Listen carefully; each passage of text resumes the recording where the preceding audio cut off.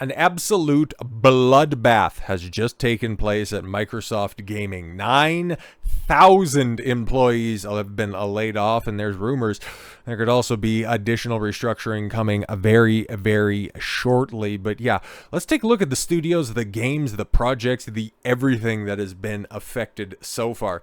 Microsoft has confirmed that it is laying off as many as 9,100 employees, or 4% of its workforce. I want to know specifically, in regards to Microsoft Gaming, how that ends up working out. Okay, what's the percentage there? Because Microsoft, yeah, big parent company. Okay, they got a lot of moving parts. It is, I think the most, or at least in the top 5 most or biggest companies in the United States. I think at least it was at that point in time. Employees of Microsoft Xbox division, known as Microsoft Gaming, are being the hardest hit in these layoffs. Xbox leader Phil Spencer said in a message to the team to position gaming for enduring success and allow us to focus on strategic growth areas. We will end or decrease work in certain areas of business and follow Microsoft's lead in removing layers of management to increase agility and effectiveness. Yeah, and what exactly is Phil Spencer getting rid of? Well, okay, Bloomberg reports now that Microsoft-owned King division that makes Candy Crush, yeah, that was acquired at the same time as the Activision deal, because King is a part of Activision Blizzard, I think, or was that a part of the ZeniMax deal? I can't remember. Okay, but anyways, everybody ends up getting hit, by the way. Oh yes, cutting 10% of its employees, 200 people. ZeniMax has also confirmed that they're cutting jobs. Okay, 70 people from the Forza Motorsports studio turned 10. Yeah, and canceling Everwild Games. Interesting, okay. But yes, Bethesda cancels funding for several unannounced projects at multiple studios. I wonder if we're ever going to get some DLC or a follow-up to Doom the Dark Ages, because trust me, bro, it was a big success. 3.3 million players. Where's the update on that? In the wake of the Microsoft layoffs, several studios have revealed canceled projects, mass redundancies, and further risk of collapse. On social media, the team at Romero Games, oh yeah, right, because apparently we're also looking at Katana 2. Oh man, we're never going to see that again, because John Romero, yes, that John Romero, we learned our publisher has canceled funding for our game, along with several other unannounced projects at other studios. A strategic decision was made at a high level within the publisher. Well above our visibility or control. We deeply wish there had been anything that we could have done to prevent this outcome. So Romero Games was founded in 2015 by John Romero and his wife Brenda in Galway, Ireland. The team had been hard at work at piecing together an unannounced FPS, and the title might need to be abandoned now that Bethesda Softworks has pulled out of funding the studio. On social media, the team wrote, and yeah, you can go ahead and read the statement in full if you're so inclined. Bethesda Softworks is one of the companies struck by Microsoft layoffs that have impacted 9,000 employees. And yes, on top of that, Microsoft guts Activision Blizzard mobile team, ends Warcraft Rumble support in the latest Xbox layoffs. The fallout from the most recent wave of Xbox layoffs continues to spread, and now it's hitting Activision Blizzard and its mobile ambitions hard. Less than a year after launch, Warcraft Rumble, a mobile tower defense spin-off, because that's exactly what players of World of Warcraft want in the Warcraft universe, is being stripped of future content. According to the internal memo from Blizzard President Joanna Ferries, Warcraft Rumble will no longer receive any new content, effectively ending any chance of the game of reaching long-term status Blizzard had hoped for. Well, a few members of the team were reassigned to other roles within Blizzard. Others are being laid off. Sources speaking anonymously to the outlets like Aftermath estimated that up to 100 employees will be affected. Some staff reportedly learned of their termination when their Slack accounts were deactivated. Oh shit! But if you've seen some clips running around about and regarding World of Warcraft and Warcraft, or Blizzard in 2025, it's actually like a common theme throughout the rest of this shit. Okay, I'm not gonna shed a tear for any of these fucking hacks. They're really terrible at their job, and they produced shit recently. And because they're losing their job, oh boo fucking who? Put the fries in the bag, idiot, because that's about all you're qualified for. I don't care, man, because yeah. Oh no, Compulsion Games that released this piece of shit earlier this year. Oh no, we're a part of one of the studios. Hi everyone, I'm seeking a new role and would appreciate your support. If you hear of any opportunities and just want to catch up, yeah, you can just go ahead and hit me up, because I used to work at Compulsion Games, but now I've been fired because guess what? South of Midnight was a woke slop piece of shit that Microsoft was pushing to to the moon, but all of a sudden it just got thrown on Game Pass and nobody fucking bought a copy. Imagine that. You put something on a sloppy subscription service that nobody is really signing up for. You might be retaining a couple of people, but the stagnation or the growth stagnation has been there since 2022 for fuck's sakes, and your company is having to streamline and focus on other areas of growth. And what was once a sacred cow, at least I thought, and we talked about this earlier this week because, Microsoft has a habit of, cutting jobs and laying people off. Lo and behold, they'd get rid of 9,100 people.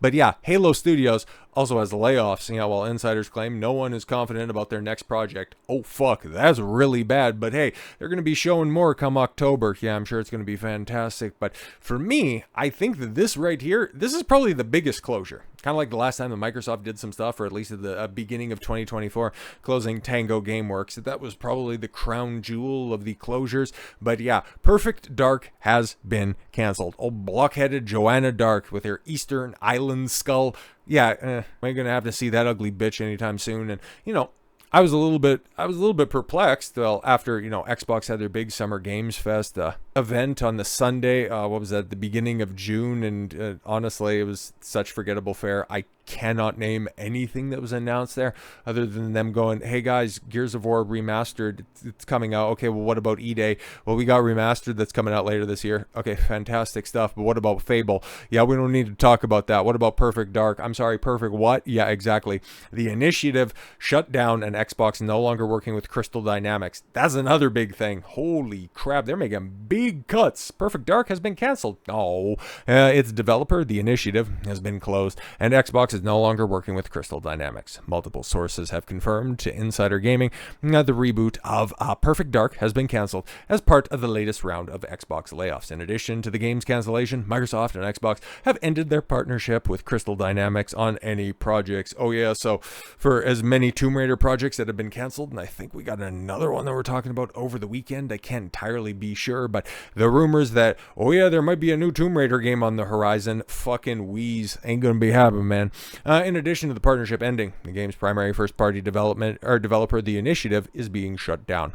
Insider Gaming's Mike Straw has heard of the studio being at risk of closure, but couldn't confirm the information. Windows Central's Jez Corden was first to confirm the studio's shutdown. In addition to the closure confirmation, Corden received the memo from Xbox's Matt Booty on the decision. As part of this, we are closing one of our studios, The Initiative, Booty said. These decisions, along with other changes across our teams, reflect a broader effort to adjust priorities and focus resources to set up our teams for greater success within a changing industry landscape. Yeah, and here's the thing, like a lot of people responding to all of these closures, okay, Xbox realizing that, oh shit, hiring fucking dorks that are antagonistic against gamers, okay? Because if you remember this, I remember talking about this at the time, but Perfect Dark level designer says gamers were a mistake, attacked them as racist pigs for opposing race swaps.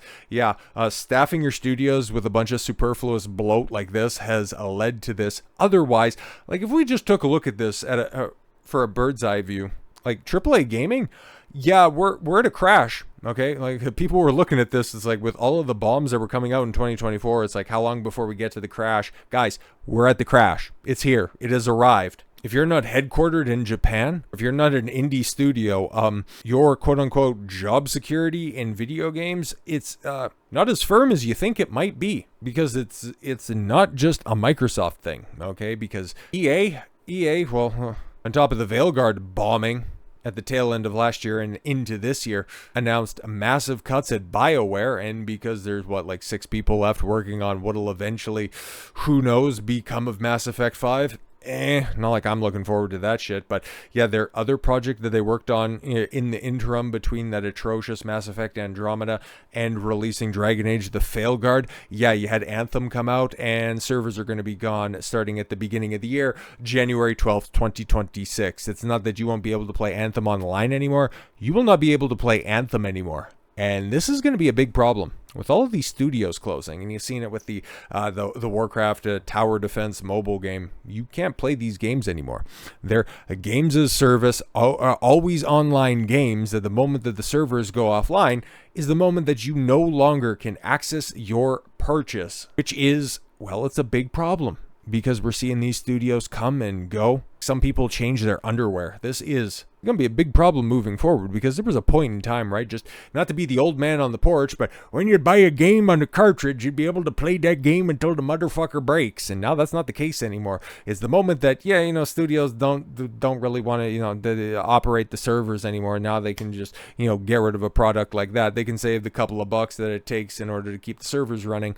But the people that bought these games at $60 at the time, or the collector's editions at even more than that have spent, all their time and effort and money on additional DLCs, live service, whatever, microtransactions and shit like that, just immediately all of their investment just gets nerfed because reasons, I guess. Like, it's one thing, right? Like, it's one thing if you sell a game and then you have a subscription to it, okay? And then you stop with the subscription because they told you that, you pay $10 a month for WoW, okay? You pay $10, at least that's what it was way back in the day. You pay a month, you'd get a month, you'd be able to play it for a month. At least they're upfront with telling you how much it's going to cost and how much access you're going to get. That's one thing. But with games like Anthem, Destiny, hell, recently revealed, and this is going to end up saving Xbox, Helldivers 2, guys, okay, like a year after all of the hype has died down around that, it's coming to Xbox, and you can buy it for $40, and it's, fully online. But now that we're hearing this stuff of, the moment the servers get terminated is the moment that you can no longer play your game, so pay $40 up front, and then, for all of the microtransactions and the expansions that are going to be there, go ahead and spend a lot of money on that. But the moment that we no longer want to keep the servers open is the moment that we can start shutting everything down, and then you no longer have access to shit that you bought, that's a problem. And especially when you can theoretically play these games offline and they just brick them like that. Where's the recourse? What exactly can we do with these products that you bought moving forward? Well, there's apparently a solution that's out there, and it's something that has been boiling in the background for a minute, and it's the Stop Killing Games initiative that has been, it's going on over there in the EU, so it's something that, can't necessarily directly affect US or North American, UK, or gamers outside of Europe, obviously, because it's an EU petition directive, but it's very much a precursor of what also could be happening moving forward, because it's trying to address something that is becoming very prominent. Okay, this is all about game preservation. Okay, because chances are, if you've been on social media and if you have anything in your algorithm that is tuned to gaming, you've likely heard people supporting or at least discussing the Stop Killing Games initiative, because just this week specifically, you've had the likes of Pewdiepie come out and endorse the Stop Killing Games initiative. You've had SteamDB, even, one of the biggest online resources for Steam games, promote the petition. Jacksepticeye, a bunch of other basically everybody has thrown their support behind it, and maybe we'll talk about this next week, because it hits the 1 million signatory mark, which it has been a long time coming for this, because this was something that was started a while back, ostensibly stalled out at about 400,000 signatures, which is fantastic. But in order for this to be directly addressed and have to be addressed by the EU Council, it needed to hit 1 million signatures. It looked like, it was never going to happen. It was just going to end up, just dying out at about that 400,000, and then shows that there's intent that's out there, and better luck next time would eventually be this fate. But for several different reasons, and something we might have to touch on next week, because I'd imagine a spurg out of one of the most vocal critics, one of the most thin-skinned, not even misinformed, just willfully ignorant on the subject people are very likely to have a crash out either over the weekend or the beginning of next week, especially, if the signatures, right? Because it just crossed 1 million, and then you have the guy who was pushing this, I forget his name specifically, but Cursed Farms, Randy something, I forget. But he puts out just a little bit of a warning, okay? The site says we have cleared 1 million signatures. I hate being like this, but there's a chance a significant number of them aren't real, because, it could be somebody, in another country supporting the initiative, okay? Because we'll get into exactly what it is, because it really does tie into what we were talking about with the Xbox closures. But that means we have to keep on signing in overdrive mode, to make up for them. So normally whenever you're trying to get like a petition signed, you want about 10 to 15% of an overage in order to just compensate for some of the disqualified signators. And it's very likely by the time that you guys even see this video that ends up getting cleared. I just, want to put that out there. But yeah, this petition just simply wants to address, hey, there's a lot of games that come out that have always online components, okay? And the moment that the studios just want to shut off the servers, you don't have access to the games. And we're out here trying to preserve games. There's a big push that's out there because, yeah, a lot of these games that are just strictly digital, they can get removed not just from storefronts, but even from your libraries. And it happened before, just getting removed from your library is not even like a licensing issue. But Ubisoft, imagine that, Ubisoft kicking off, bad business practices. But with The Crew, if you remember all the way back in the day, it was one of those big always online racing worlds where you can race from one corner of the United States to the other with your crew of racers. And it was another one of those big promises and under-delivered Ubisoft projects. Stop me if you've heard this before. The sun rises in the east, sets in the west, grass is green, the sky is blue, and yeah, Ubisoft are the preeminent snake oil salesmen in the video game space. But I digress. When they turned off the servers for The Crew after an underwhelming amount of time, it didn't just brick the game, okay, because it had the always online component.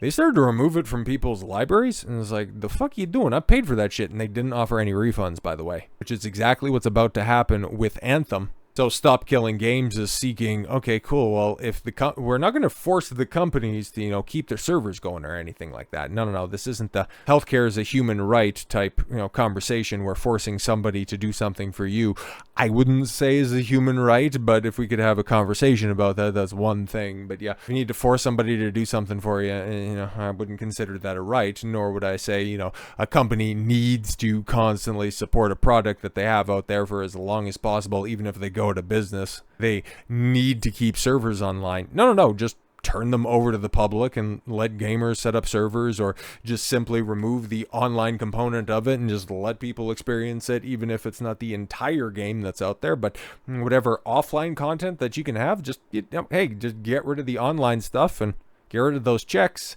If you want to do that, that'd be fantastic, because these pieces of art that are out there in the wild, they're just going to be forgotten and thrown to the four corners of the wind if we don't do something about this. So the campaign, which began as a passionate plea to preserve access to video games, even after publishers shut down their servers, has exploded in recent days, surging past several 100,000 milestones in quick succession. With today's news, the movement enters a new phase, direct political engagement in the European Union. The site says, we have cleared 1 million signatures. Stop Killing Games petition was launched to oppose the growing trend of developers delisting, deactivating purchases, sometimes permanently, even when the titles could feasibly be preserved offline single-player form. Ubisoft's recent decision to pull The Crew from digital shelves and make it entirely unplayable served as a catalyst for this campaign. Oh, okay. That's kind of what I thought, but okay. The 1 million signature milestone has been reached. EU law requires the commission to formally respond. Ross Scott, sorry. I thought it was Adam or Alan, or I forget what they called the guy, but yes, Ross Scott. Okay. Will also be granted the opportunity to present the initiative during a public hearing in the European Parliament. Creates a rare and powerful platform to challenge what many see as one of gaming's industry's most anti-consumer practices. And yeah, this is where I've heard, some conversation as well. It's like, okay, cool, you're inviting the government in on this, and then they can start regulating what will and will not be preserved. And yeah, that could be a slippery slope argument, but if he has a concrete case on this, if a game is delisted, players should receive a refund, or the game should remain accessible via a preserved offline mode. Yeah, that's totally fine. We don't need any government regulation on that. Just simply have studios, if they're creating these live service games, just turn off their support to them and then just turn them out into the wild. You can continue to sell them if you want, or hell, just even take them off your storefront if you're so inclined, but just don't steal them from your customers afterwards. And if there's still a small but passionate fan base out there, just let them do something with servers. Like, they can set them up if they want. I don't necessarily know how to do that, but there are people that are out there that are still keeping servers online with a bunch of archaic old games. So support for the campaign has snowballed, thanks to in part from endorsements from gaming influencers like Pewdiepie, who urged followers to support the cause. Grums, that's where I've seen it before. He was very passionately endorsing this project, and yeah, we'll probably be hearing more about this in the coming days because, for one, the European Commission is going to have to respond to it, and two, its big opposition is one of the biggest spurgs on the internet. But it really does come at a very important time, especially with Microsoft, axing so many things, and ultimately it's going to have a knock-on effect with the industry. And given that, outside of GTA 6, it doesn't really look like there's any surefire hits on the horizon, so there's going to be more cancellations, more closures, and more games left in the lurch. And if we don't have a proper way to preserve this stuff, there's a lot of games that can go by the wayside. There we go, that's the word that I was looking for. A long day of talking. Forgive me, I need a preservation on my word count. Anyways, gaming's going to become quite transformative in the next few years. And so in order to stop this pattern of destruction from continuing anew, we need to be able to learn from history. But if it gets erased, they're going to end up committing the exact same follies over and over and over again. So with all that said, thank you all very much for the gift of your time. I've been Don Cosmello. I want you to follow your gut and get after it. Take care, everyone.